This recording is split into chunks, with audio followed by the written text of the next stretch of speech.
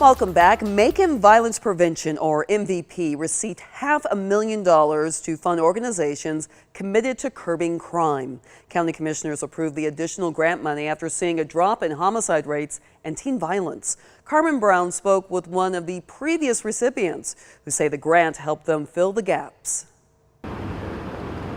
Macon Violence Prevention hopes to keep these streets safer, one grant at a time. Court-appointed special advocates, or CASA, received the grant twice before. We were already kind of on a trajectory of growing that number, but I realized too there was a significant gap in the number of older youth that we were serving. Susanna Patterson is the director of CASA. She says they struggled to serve the older population of foster kids, but with the MVP grant, they filled that gap.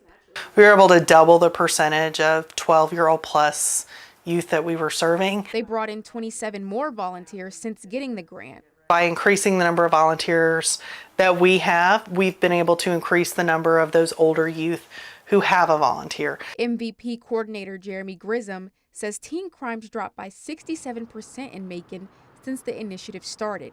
He said it's thanks to programs like CASA. I also want to give the opportunity to those who have been working in the community on new projects that have saw success to actually help us. Along with providing money to the organizations, MVP aims to help these orgs grow and survive through grant writing and interview help as a way to encourage them to apply for other grants. Building their organization as a whole so that they know how to request funds. Patterson says MVP also helped build a community of organizations. Just a real blessing to get to know other nonprofit directors and other nonprofit like employees and programs and all the things that are going on in our community. Keeping her fingers crossed, CASA gets a third MVP grant next week.